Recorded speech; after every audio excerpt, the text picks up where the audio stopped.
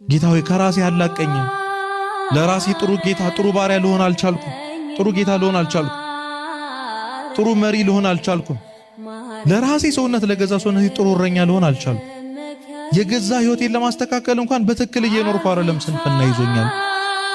ስክሮል ሳደርግ ነው ሙሉ ማመሸው ተኝቼ ነው ማለት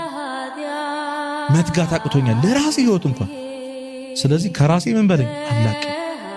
ከራሴ አላቀ የራስህ አድርገኝ ያንተ ልሁን ጌታዬ ማለት ነው በነገሮች ሁሉ እጆች ደሙ ጌታዬ ፈቃድህ እስኪ ፈቃድህ ይሁን የእግዚአብሔር ፈቃድ ሁሉ መልካም አባት ለልጁ እንደሚያስበው ከምን ነገር ላይ እግዚአብሔር ነው የሚያስበው ሁሉ መልካም ስለዚህ መሽቷል ጌታዬ ጨልሞብኛል ወደራ እደር ይሄ ደግሞ የንስሐ ትርጉም ሄደን የንስሐ አባቶቻችን ፊት ወድቀን ህይወቴ ጨለማ ነው ብሎ ማመን ያስፈልጋል ብዙዎቻችን እኮ ስላላመን ኢጎ ይዞን እኮ ትዕቢት ይዞን እኮ ሰው ንስሐ ማይገባው ጻድቅ ነኝ ብሎ ካሰበ ብቻ ታዲያ ለምን ነው ንስሐ ማንገባ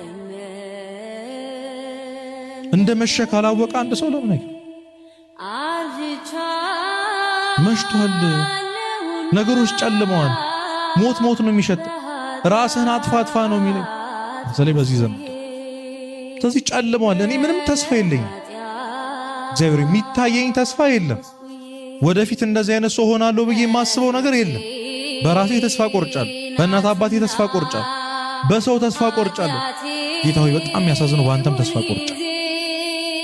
ግን እጠይቅሃለሁ መሽቷልና ከማጋደ ከኛ ጋር አይደል ምን ላይ ነው ተስፋ ያልቆረጥነው ካሁኑ እኮ መፍራት ጀምረን ካሁኑ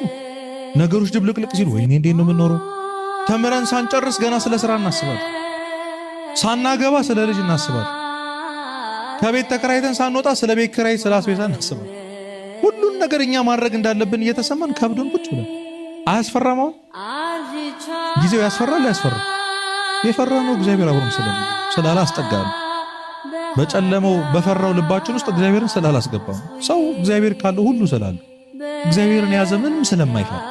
እግዚአብሔርን የወደደ ፍርሃት ከውስጡ ስለሚወጣለ ለዛ ነው ቅዱስ ጳውሎስ ፍጹም ፍቅር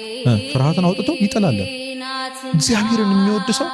እግዚአብሔርን የሚያውቅ ሰው አባት አለኝ ብሎ ያስባል